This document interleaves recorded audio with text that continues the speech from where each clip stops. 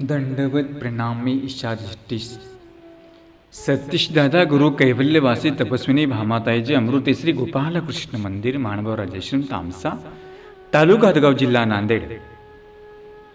प्रथमतः या मार्गाचे अधिकारण दत्तात्रय प्रभूंच्या चरणी साष्टांग प्रणिपात करतो। साधनदाता सर्वज्ञ चक्रधर स्वामी स्वामींची चरणी विनम्र अभिवादन करतो। विद्यागुरुवर आदरणीय जळगाव निवासी बाबांना दंडवत प्रणाम। तामसा निवासी आदरणीय गुरुवर्य दादांनाही दंडवत प्रणाम। अमृत प्रवर्तक या ग्रुपमध्ये सहभागी असलेल्या सर्व अच्युत गोत्रियासी दंडवत प्रणाम। अमृत प्रवर्तक व्हॉट्सअप नंबर आहे 9405255075 आणि कॉलिंग नंबर आहे 7888267120।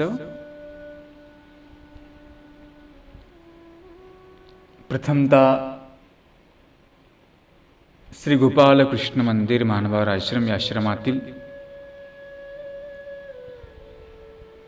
वयोवृद्ध असलेल्या तपस्विनी लक्ष्मीबाईजी तोंडे यांचं वृद्धापकाळाने निधन झाले असून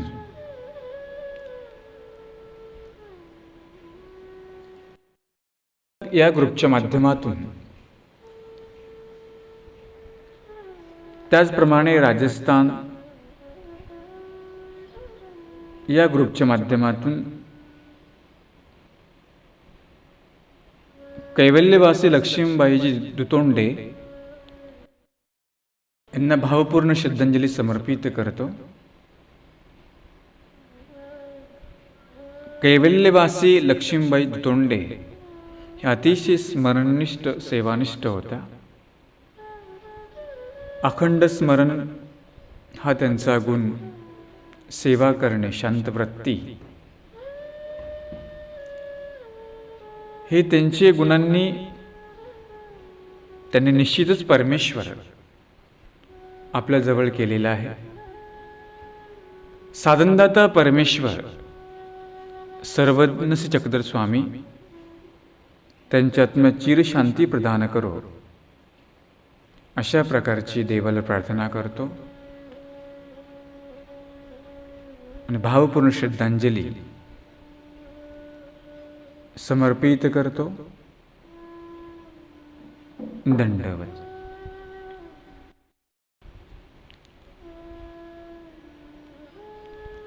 दंडवत हो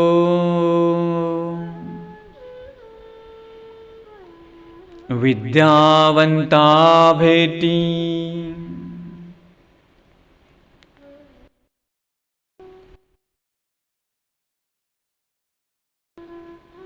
विद्यावंता भेटी। विद्यावंत म्हणजे सामर्थ्य विद्यावंत किंवा शिल्प विद्यावंत यांची आणि स्वामींची भेट झालेली आहे।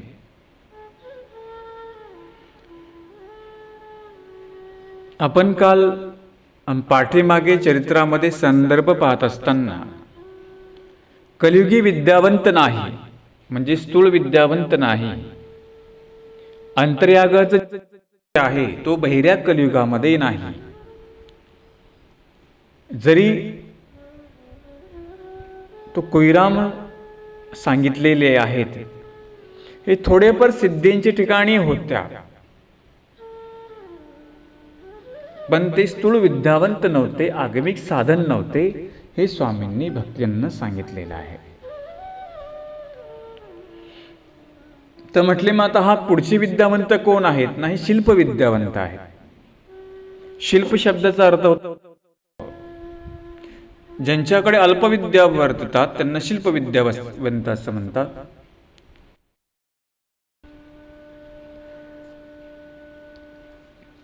उद्याचा पूजा अवसर झाला, गोसावी आसनी बैसले असती। उद्याचा म्हणजे सकाळचा पूजा अवसर झाला। मला एक प्रश्न केला होता, म्हटले बाबा आपल्यामध्ये पूजा अवसर दोन आहेत, एक गद्यातला आणि एक पद्यातला आहे। जेव्हा तुम्ही जो त्रिकाळ पूजा अवसर करायला सांगितला हा कोणता? म्हटलं तो काव्यातला पूजा अवसर म्हणता आला पाहिजे। चित्रपाटामध्ये पूजासर आहेच की, भाईदेव बासांनी जे म्हणजे पूजासर केलेले आहे, ती सूत्रपाठातला पूजावसर आपण वाचन करू शकतो. सकाळी वाचा, जेव्हा तुम्हाला वेळ भेटेल तेव्हा तो वाचू शकता. परंतु काव्यातला जो पूजावसर आहे तो देवपूजेमध्ये म्हणायचा असतो. आणि जो सूत्रपाठातला पूजावसर जो आहे तो तुम्ही पारायण करू शकता. म्हणजे सकाळी करा, सकाळी तुम्ही ते पारायण करू शकता. परंतु आपण जेव्हा देवपूजेमध्ये बसतो तेव्हा तो काव्यातला पूजावसर म्हणता आला पाहिजे, नाही का? तर सकाळचा आहे श्रीकृष्ण दवंश दीपक वरा विज्ञान लीला करा, हा सकाळचा पूजावसर आहे. दुपारचा पूजावसर काव्यामध्ये बांधलेला आहे, एवं प्रपूर्ण घटिका, तो दुपारचा पूजावसर. आणि संध्याकाळचा पूजावसर कोणता आहे? संध्या सुवेळ समयी परचक्र पाणी, हा पूजावसर देवपूजेमध्ये बसल्यानंतर तो काव्यातलाच पूजावसर म्हणता आला पाहिजे. तो काव्यातलाच पूजावसर म्हणायचा असतो. सूत्रपाठातला पूजावसर तुम्ही पारायण करू शकता, तो काव्यात म्हणू शकत नाही, तर वेगळा आहे. आणि म्हणून हा संदर्भ लक्षामध्ये ठेवा. तर मला एक प्रश्न केला की म्हणजे देवपूजा म्हणजे संध्याकाळचा पूजावसर कधीपासून करावा बाबा? मी म्हटलं 6:30 पासून पुढे आपण करू शकता. 6:30, 7, 7:30, जसं म्हणजे देशकाळ अनुरूप सांगितलेला आहे. आता खेड्यामधला मनुष्य आहे तो 6:30ला करू म्हणजे 7ला करू शकतो. किंवा एखादा शहरामधला माणूस आहे त्याला 9 पण होऊ शकतात. पण नियम सांगितला 7, 7:30, 6:30 पासून तर पुढे तुम्ही 9 पर्यंत, म्हणजे 9 पर्यंत म्हणजे जो 7:30ला करू शकत नाही, 6:30ला करू शकत नाही. आता जे खेड्यातले पुरुष लोक आहेत तुम्ही 7लाच करायचा. किंवा आता मार्गातली पद्धती माहिती तुम्हाला, मार्गामध्ये संध्याकाळी 7ला पूजाचा सुरुवातच होतो. म्हणून देश काळानुरूप सांगितलेला आहे. तर अशा प्रकारचा पूजावसर म्हणजे देवपूजा आपल्याला आपण करायची आहे. पूजावसरू झाला म्हणजे स्वामींचा सकाळचा पूजावसर झाला. आता स्वामींचा सकाळ पूजावसर म्हणजे कसे, बाईसा लवकर उठायच्या, स्वामी प्रत्यकाळी 3 पासूनच चिंतन करायचे. म्हणजे बाईसा स्वामींचा पूजावसर 4ला करत असतील. तो संदर्भ येतो ना चरित्रामध्ये, भट्टोबासा जाड्य आले असे तर परिहरती, अंगुठेने श्रीचरण दाटी ती. म्हणजे स्वामी, याचा अर्थ स्वामी 4लाच उठून 3ला उठून बसायचे. स्वामींना 4ला गुळला होत असेल, स्वामी आपण आपल्या आसनावर ध्यानस्थ बसायचे. म्हणजे तो सकाळचा 4ला किंवा 5च्या दरम्यान स्वामींचा पूजावसर होत असत. असं आपण नाही का आता सकाळी 3 पासून, कोणी 3:30, कोणी 4, कोणी 5 पासून पूजावसर करतो, सेवा स्मरण करतातच. प्रत्येकाचा वेगवेगळा टायमिंग, पण 3 पासून पुढे आपण पूजावसर करू शकतो, हे लक्षामध्ये ठेवा. आणि संध्याकाळचा वेळ आहे 6:30 पासून पुढे आपण 7, 7:30, 8 पर्यंत आपण करू शकतो. स्वामींचा पूजावसर झाला म्हणजे तुम्हाला मी संदर्भ सांगितले, पूजावसराचे टायमिंग एक सांगितलेला आहे. देश काळ अनुरूप आपण तो पूजावसर करायचा असतो. गोसावे असने बैसले असती तव विद्यावंतु, जोगियाचे निवेखे गोसावियाच्या दर्शनासी आले. गोसावी आपल्या आसनावर बसले होते तेव्हा एक विद्यावंत जोगियाचा वेश घेऊन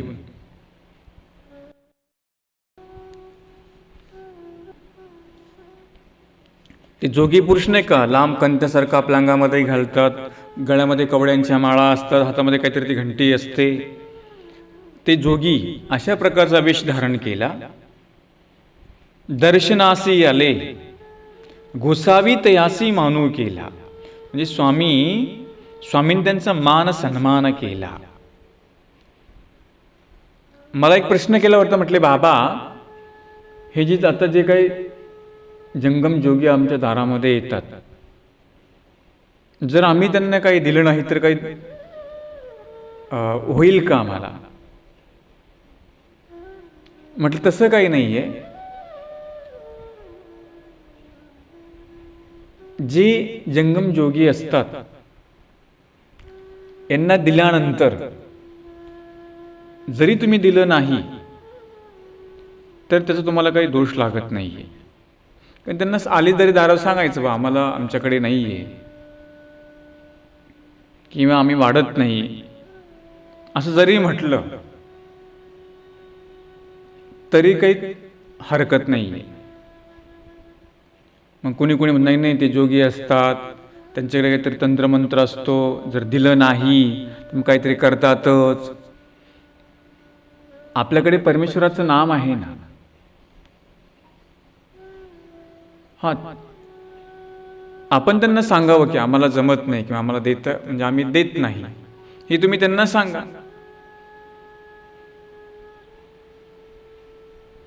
परंतु धर्माचं आमिष तिथे पुढे करू नका. आमच्या धर्मात देत नाही असं म्हणायचं नाही. आपण काय करतो, धर्माचं आमिष पुढे करत असतो. धर्माचा बहाणा कशाला करायचा, सरळ सांगायचं आम्ही देत नाही, आम्ही वाढत नाही, ते निघून जातात.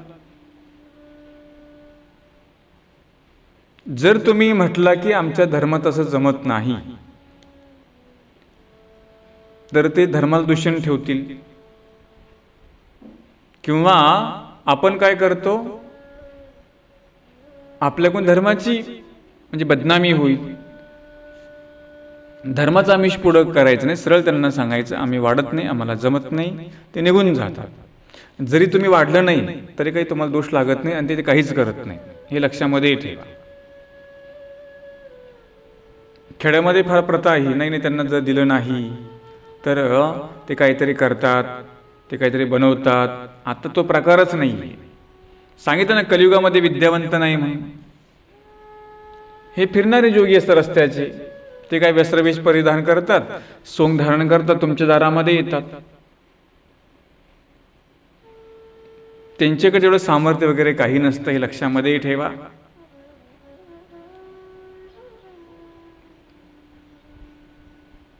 आता देवता वरच देत नाहीये, सामर्थ्य कुठून प्राप्त होणार आहे. आणि म्हणून जरी आपण त्यांना जरी काही वाढलं नाही तर घाबरायचं काही नाही. कारण की तो दारोदारो फिरतो त्याचा तो भोग आहे. जसं आपल्यामध्ये एखादा जसं तर भिकारी आहे, त्याच्यामध्ये पण आपल्याला देत नाहीत बघा. ते फिरतात ना ट्रेनमध्ये इकडं तिकडं, देत का नाही, तो त्याच्या कर्माचा भोग भोगतो आहे. देव या मनुष्यात जरी तो आला तरी देवता त्याला कर्माचा भोग भोगून घेते आहे, लक्षामध्ये ठेवा. एक नाही का, एक भिकारी झाला, एक राजा झाला, एक श्रीमंत झाला, हे कशामुळे, पूर्वकर्मानुसार. त्याला या मनुष्य देहात जरी आला तरी त्याचा भोग संपलेला नसतो. म्हणून इथे आपल्या साधूंना भिक्षा वाढतात, इथे पात्रता आहे. आणि त्यांच्यामध्ये देतात ते किवीपोटी आहे, हे लक्षामध्ये ठेवा. तुम्ही दोघांनाही दिलं, एक जोग्याला दिलं आणि एक तुमच्या साधक दारामध्ये आला ईश्वरीचा, तुम्ही त्यालाही दिलं. दोघातला भेद काय आहे, हा ईश्वरीचा साधनवंत आहे, हा याच्या मुखामध्ये ईश्वराचं नाम आहे, हा सर्वस्व अनुसरलेला आहे, हा परमेश्वराची पर्याचरण करतो आहे. त्याच्याकडे काय आहे, तो तुमच्याकडे मागेल, विकल, तिकडे काही दुसरंच काही करेल, तुम्हाला माहिती आहे काय करेल तो. शहरामधला हा प्रकार, शहरातला असा प्रकारच नाहीये, कारण ते लोक तिथं बंदिस्त त्यांना असते. पण खेड्यातला प्रकार फार तुम्हाला सांगतो. यात खेड्यामध्ये फार जंगम जोगी हे फिरत असतात. मग काही उपदेशांना प्रश्न पडतो. मला कोणी प्रश्न केला होता की म्हटलं बाबा द्यावं की नाही द्यावं, म्हटलं नाही दिलं तरी चालेल, तुम्हाला काही दोष लागणार नाही. म्हणून हे लक्षामध्ये ठेवा. त्यांच्यामध्ये दिलं जातं ते किवेपोटी दिलं जातं, आपल्यामध्ये जे दान दिलं जातं ते पात्रतेपोटी दिलं जातं. आम्हाला देवाने सांगितलं की नाही भिक्षा मागायला, देवासाठी हा भिकारी झालेला आहे. हा पोटासाठी नाही झालेला, हा कोणासाठी झालेला आहे, हा देवासाठी भिकारी झाले. कोण, साधक. आणि तो कसा झाला, तो पोटासाठी झालेला आहे, किंवा त्याचे तो कर्मच तसं भोगतो आहे. आणि म्हणून हा संदर्भ लक्षामध्ये ठेवा. जोगी नावाचा एक शब्द आला म्हणून तुम्ही त्याचं विश्लेषण केलं, हे उत्तर लक्षामध्ये ठेवा.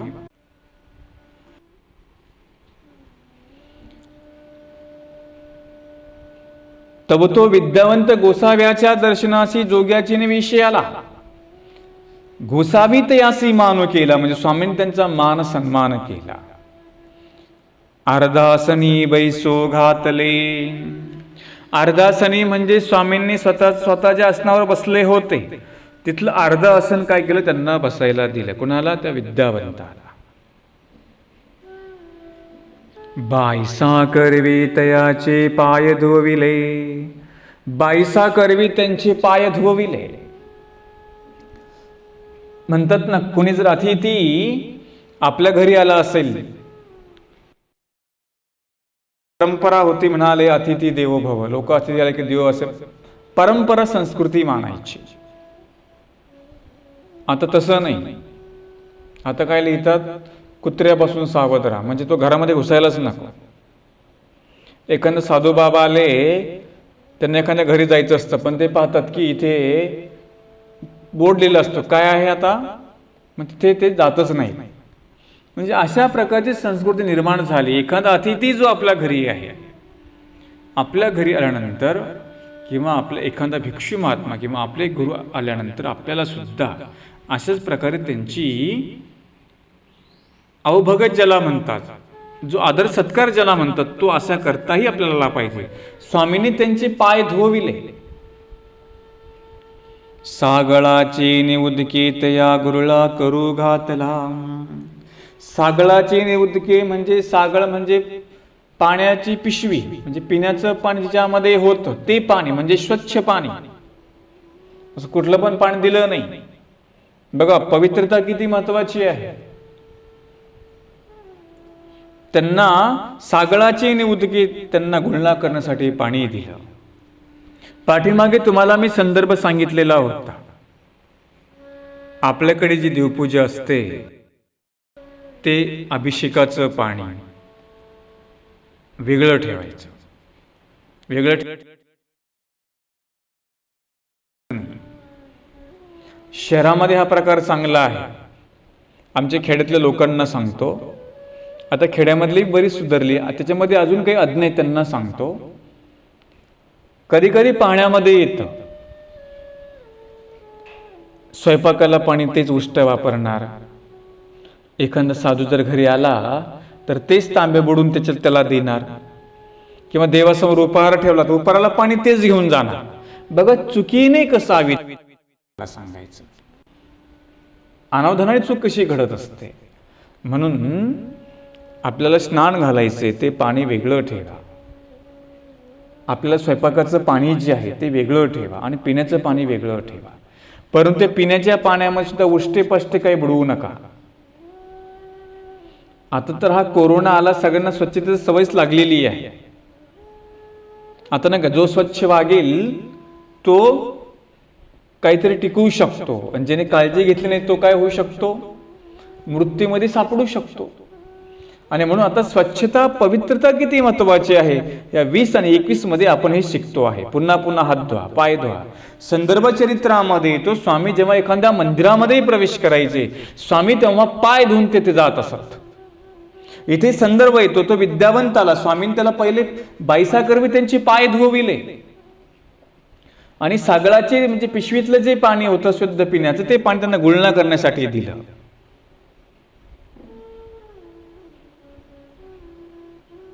निरीक्षण जर केलं किती बारकाई त्याच्यामध्ये आहे.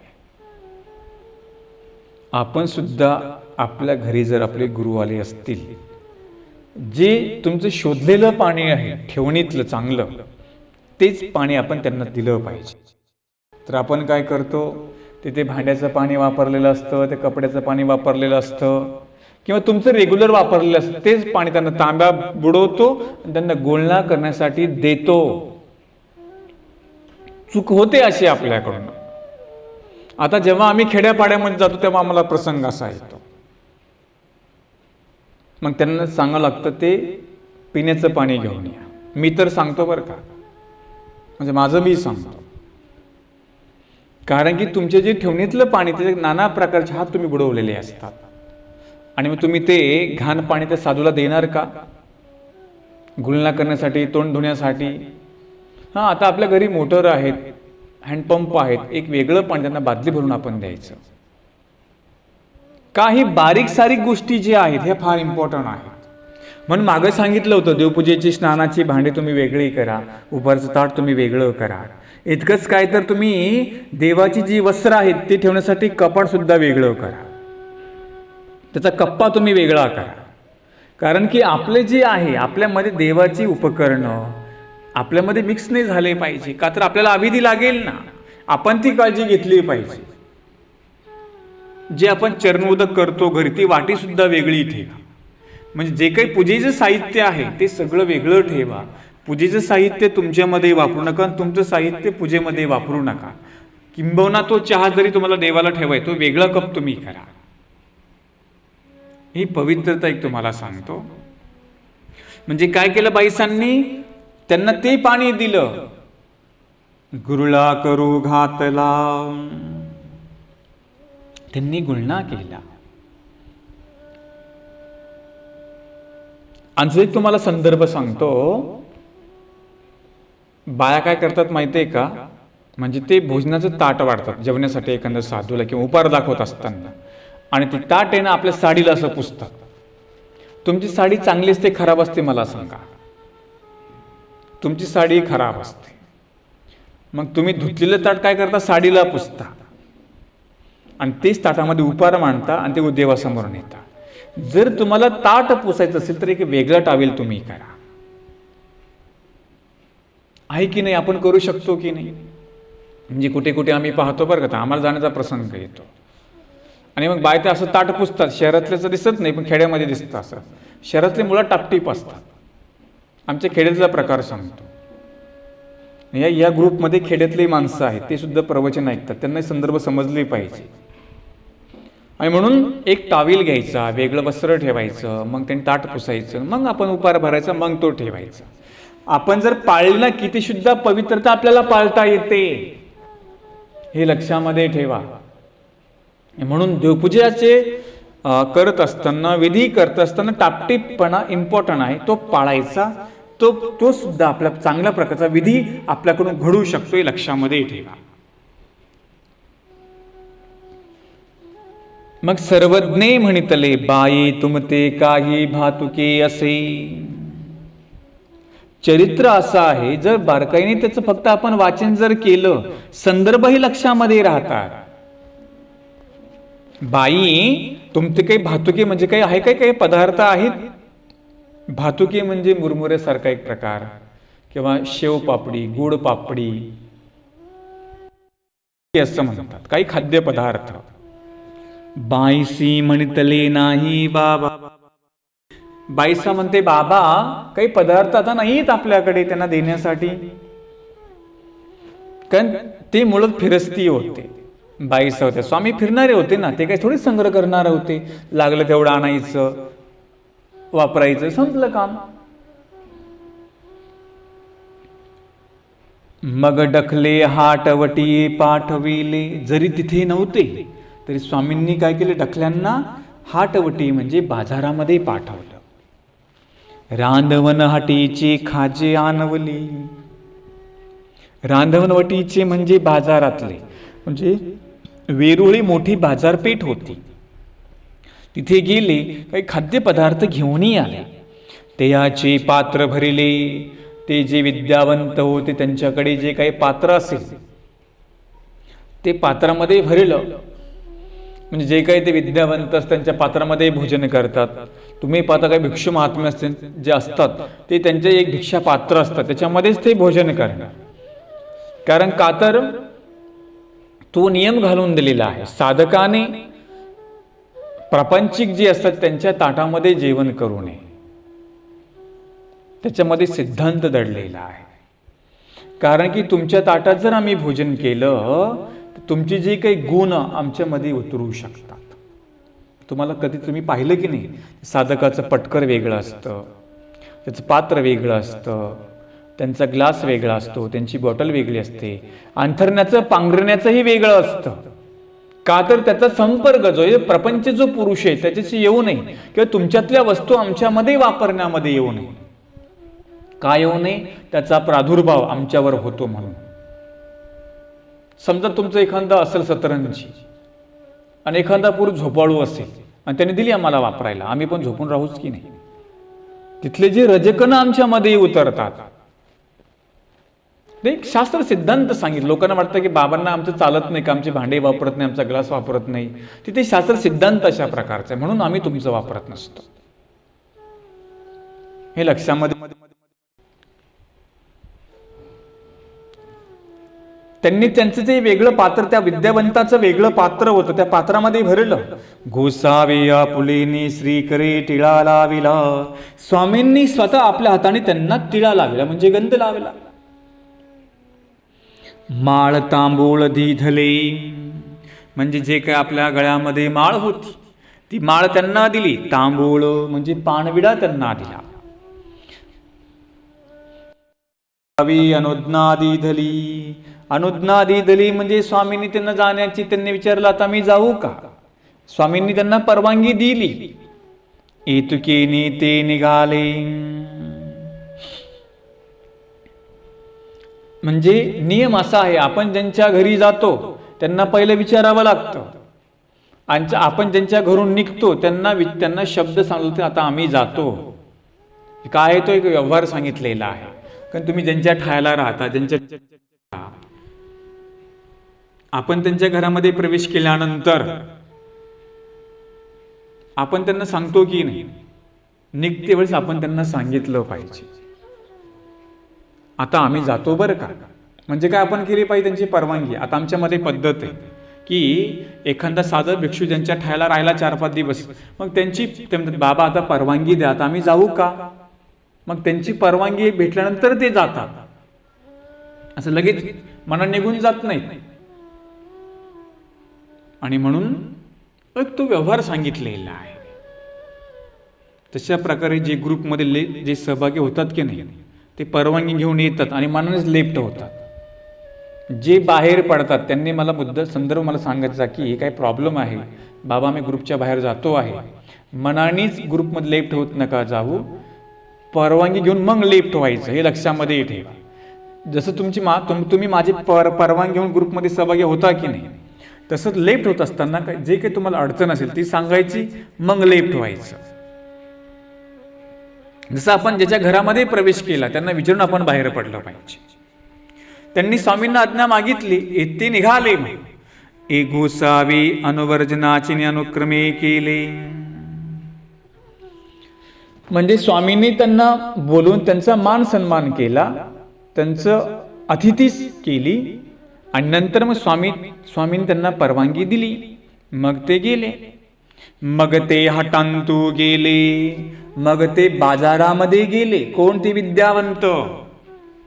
दोघी की सिमुरी मेळविल्या, दोघी की सिमुऱ्या मेळविल्या म्हणजे 2 शेंबडी पोरं आपल्या सोबत घेतली. तयाच्या खांदावरी हात घालोनी हाती सुनियाचा जवटू. आणि मग 2 शेंबडी, हा एवढे मोठे विद्यावंत, शिल्प विद्यावंत, पण त्यांनी काय केलं? 2 शेंबडी पोरं सोबत घेतली. आता विचित्र दिसू लागलं नाही. त्यांच्या खांद्यावर हात टाकला. हाती सुनियाचा जवटू म्हणजे हाती सुनी म्हणजे कुत्रे, म्हणजे कुत्रे त्यांच्या सोबत घेतली. हाटांतू बोर गाजर वळी कांदा. आणि मग ते पुरुष काय करू लागले? हाटामध्ये गेले. बोर गाजर म्हणजे बोर असतील, म्हणजे कदाचित हिवाळ्याचे दिवस होते. बोर गाजर कधी येतात? हिवाळ्यामध्ये येतात. पण ते बोर गाजर ओळी कांदा म्हणजे पातीचा कांदा, हा कधी येतो? फक्त हिवाळ्यामध्येच येतो. ओळी कांदा, ओळी शब्दाचा अर्थ केला, हुळा पण केला, म्हणजे हुरडा म्हणजे हरभरा, हा एक अर्थ केला. ओळी कांदा, पातीचा कांदा, मायनीची मुळे, मुळे म्हणजे मुळा. आता मायनीची मुळे म्हणजे तो प्रकार असेल काय मुळ्याचा? अनेक आहेत ना प्रकार मुळे. वस्तूमध्ये सुद्धा अनेक, आता कांद्यामध्ये प्रकार आहेत, भाजीपाल्यामध्ये प्रकार असतात, बोरामध्ये सुद्धा प्रकार आहेत. ते नाही का म्हणतात गावरान बोर, खारी बोर, अनेक ते बोरांचे प्रकार आहेत. जसं बघा ते कलमी बोर, म्हणजे बोरांचे अनेक प्रकार आहेत, अनेक जाती, भाज्यांच्या अनेक जाती असतात. आता जे शेतकरी त्यांना माहिती आहे.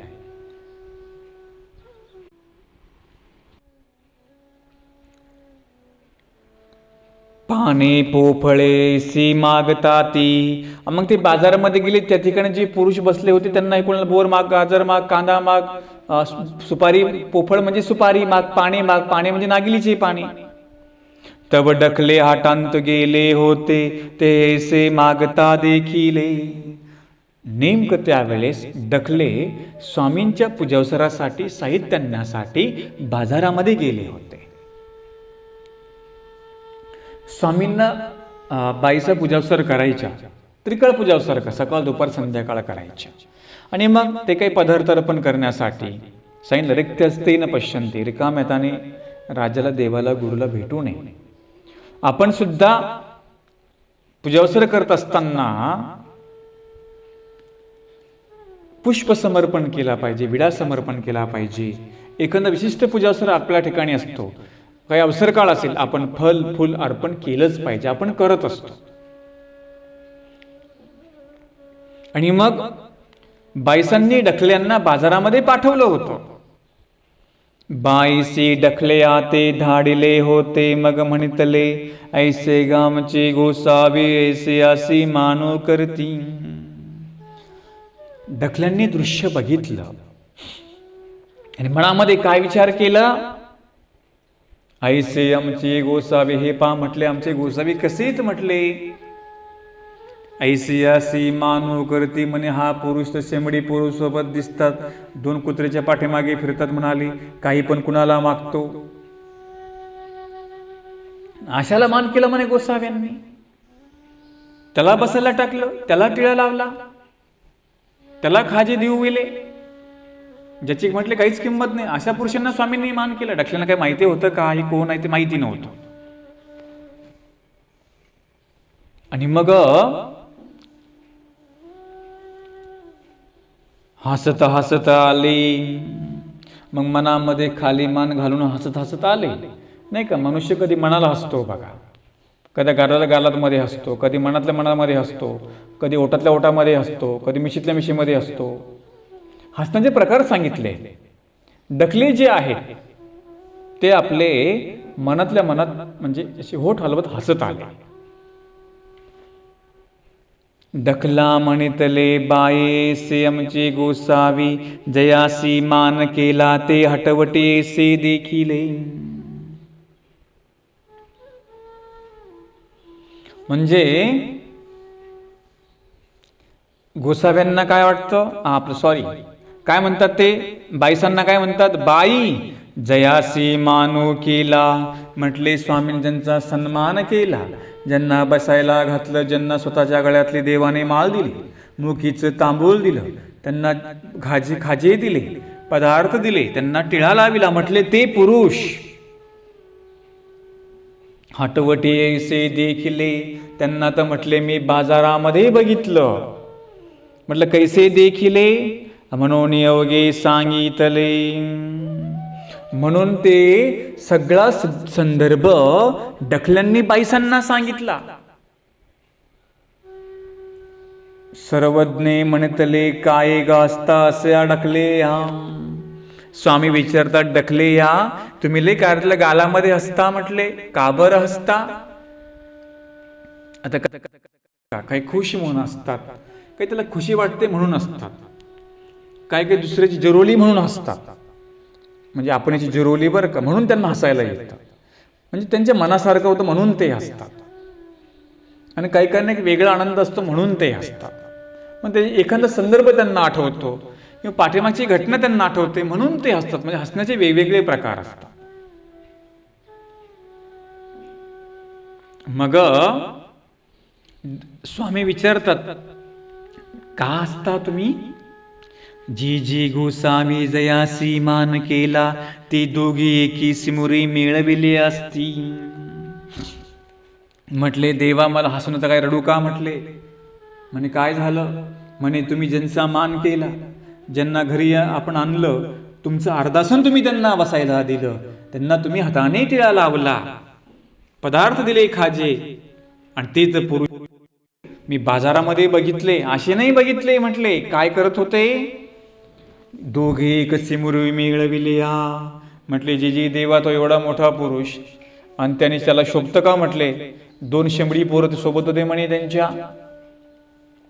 सोबत घेतली 2 शेंबडी पोरं, एकाच्या खांद्यावर हात टाकला म्हणे, एकाच्या नाकातून अशी धार चालली होती म्हटले, आणि त्यांनी खांद्यावर हात टाकला म्हणे त्यांच्या. त्याच्या खांदावरी हात घालोनी हाती सुनियांचा जवटू. एवढंच होतं का म्हणाले. 2 शेंबडी पोरं, इतकंच नव्हे तर 2 जोडीनी कुत्री होती म्हणजे त्यांच्या सोबत, ती पण त्यांच्या पाठीमागे चाललेली होती म्हणाले. आणि काय करत होते म्हणे, हुळी म्हणजे हुळा हरभरा, कांदा म्हणजे पातीचा कांदा, गाजर, बोर, ची मुळे ऐसी मागत असती जी.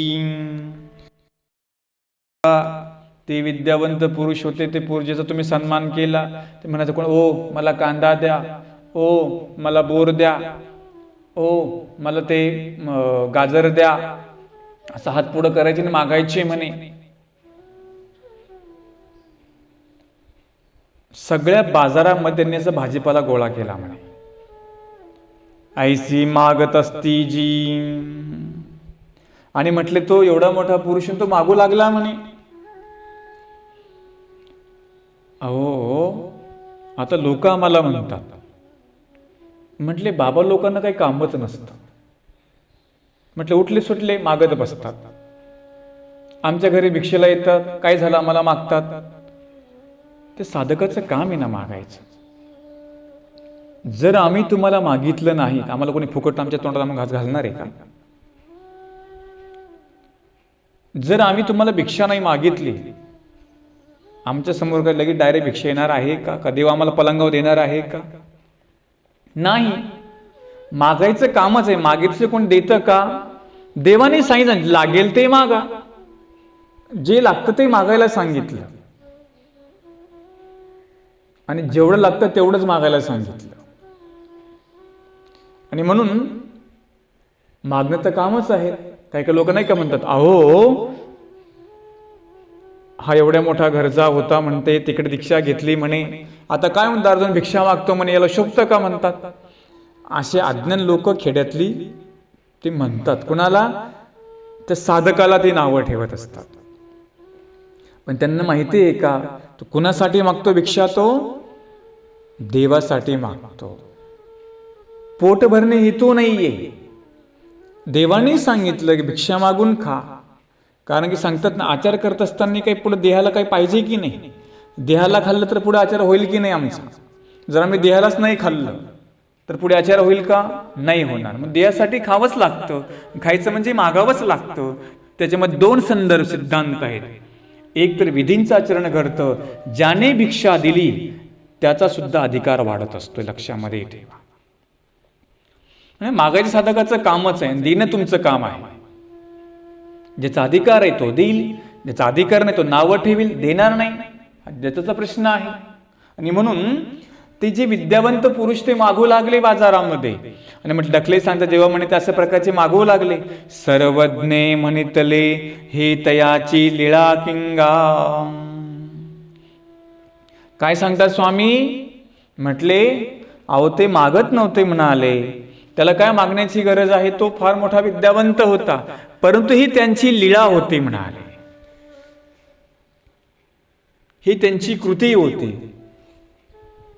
त्यांना मनाला वाटलं म्हणून ते मागू लागले, ही त्यांची लीळा होती. अशा प्रकारे स्वामी डखले जे होते त्यांचा जो समज आहे तो दूर करतात. या ठिकाणी एक सूत्राचा जन्म होतो. सूत्रपाठामध्ये एक ते वचनालय बघा. स्वामी त्यांना वचन, ऐसेन म्हणजे किंगा डखलेया पुरुषी क्षोभ उपजेल मा केरिये जेल. काय सांगतात स्वामी त्यांना,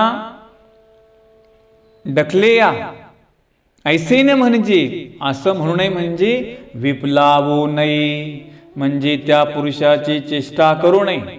असे कोणी सामर्थ्यवंत पुरुष असतील त्यांची चेष्टा करू नये, त्यांना हसवू पण नाही, त्यांची त्यांना हसू नये किंवा त्यांची निंदा करू नये, त्यांना नावे ठेवू नये. ऐसे न म्हणजे असं म्हणायचं नाही. ऐसेने म्हणजे किंगा अनेक हित्व काय सांगितला?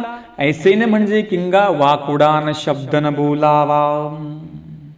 म्हणजे जरी कोणी असा पुरुष असेल, आपण त्यांना वाकड्या शब्दाने बोलू नये किंवा त्यांची चेष्टा मस्करी करू नये. कोणी असेल पुरुष, मग तो एखादा विद्यावंत असेल किंवा एखादा भिक्षू महात्मा असेल, त्याला सुद्धा आपण वाकडा शब्द बोलू नये, त्यांची निंदा आपण करू नये. किंवा एखादा नामधारक जरी असेल, त्याला सुद्धा वाकडा शब्द बोलू नये, त्याची निंदा करू नये. कारण काय झालं, शेवटी तो ईश्वरीच आहेच की नाही. शेवटी तो इथेचा आहे. बघा कर्मराठीमध्ये आता प्रपंचामध्ये काही काहींचं वैमनस्य असतं, भांडणं असतात. भावकी म्हटलं की भांडणं असतं. तरी सुद्धा जो आपला नामधारक असेल, आपण ते चेष्टा करायची नाही, काही त्यांना नावे ठेवायची नाही. का तर त्यांचं अंतःकरण दुखल. किंवा जे अन्य लोक असतात बघा, ते आपल्या धर्माला नावं ठेवतात किंवा त्या पुरुषाला नावं ठेवतात किंवा घरामध्ये कुठे कुठे स्त्रिया उपदेशी असतात, त्यांना ते अन्य लोक नावं ठेवतात किंवा त्या बाईचा नवराच नावं ठेवतो. तर काय केलं पाहिजे? ना विपुलाने हे त्यांनी करू नये. जर तुम्ही त्याला नावं ठेवली, जो धर्म आचरण करतो आहे, ज्याच्या मुखामध्ये परमेश्वराचं नाम आहे, साधनवंत लांबच राहिला. तुम्हाला नामधारकाची पहिली तुम्हाला मुद्दा सांगतो. एखाद्या नामधारकाला जरी नाव कोणी ठेवलं, एखाद्या अन्य माणसाने ठेवलं किंवा उपदेशाला नावं ठेवली बिनकामाची, तरी सुद्धा त्याचा अभिमान ईश्वराशी असतो. पण कुणाचा? सगळ्यांचा नाही बरं का. मग तुम्ही म्हणसाल बाबा आम्ही घेतलं नाम, मग आमचं लगेच नाही. तुमच्याकडे पर्याय आहे का? ती तुम्ही त्या परीने चालता का? तुम्ही त्या नियमाने वागता का? त्याचा तो ईश्वराला आहे, त्याचाच अभिमान ईश्वराला आहे. असं कुणाचा पण नाहीये की तुम्ही म्हणसाल नाही आम्ही लगेच आलो इकडे, आमच्या मुखात नाम आहे, आम्ही काही केलं लगेच अभिमान असेल. नाही.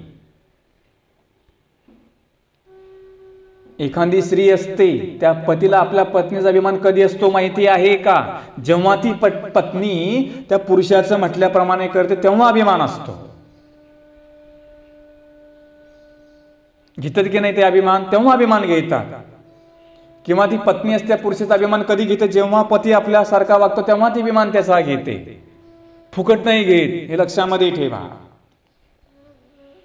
तसा ईश्वरीशी सुद्धा अभिमान कधी येईल? जर तुम्ही त्या परिवार असाल तर. म्हणजे जो परिवार असतो त्याचा अभिमान तो ईश्वराला असतो. तसं जो विद्यावंत पुरुष जो होता, तो शिल्पविद्यावंत होता. जर त्याला हसलं, स्वामी हसू नका, पुरुषी क्षोभ उपजेल. ऐसेन म्हणजे किंगा डकले असं म्हणू नका. तुम्ही त्यांना हसवू नका. पुरुषी क्षोभ उपजेल. जर तुम्ही त्यांना क्षोभ म्हणजे जर राग आला तर, आणि जर त्यांना राग उत्पन्न झाला तर मा कीर्गे जेल, मग कुठेच असाल तुम्ही. म्हणून स्वामींनी जे आहे त्यांना शिक्षा पण केलं. अशा पुरुषाला हसू नये, विपलावू नये, चेष्टा करू नये. तो कोणी का असेल, त्यांच्याकडे गुण असतील, आपण त्यांच्याकडे हसू नये. आपल्याकडे गुण नसतात, पण आपण त्याला हसण्याचा प्रयत्न करत असतो. हसू नये, चेष्टा करू नये. तो विद्यावंत कोण होता? का हसू नये? कशा प्रकारे शुभ उत्पन्न होतो? झाल्याने काय होतं? आपण हे संदर्भ उद्याच्या लेळेमध्ये पाहणार आहोत. अशा प्रकारे स्वामींनी डकल्यांना हे सूत्र सांगितलं. सूत्राचं विवेचन तुम्हाला मी सविस्तर उद्या करून दाखवेल. अशा प्रकारे लीळा आठवा, संदर्भ आठवा.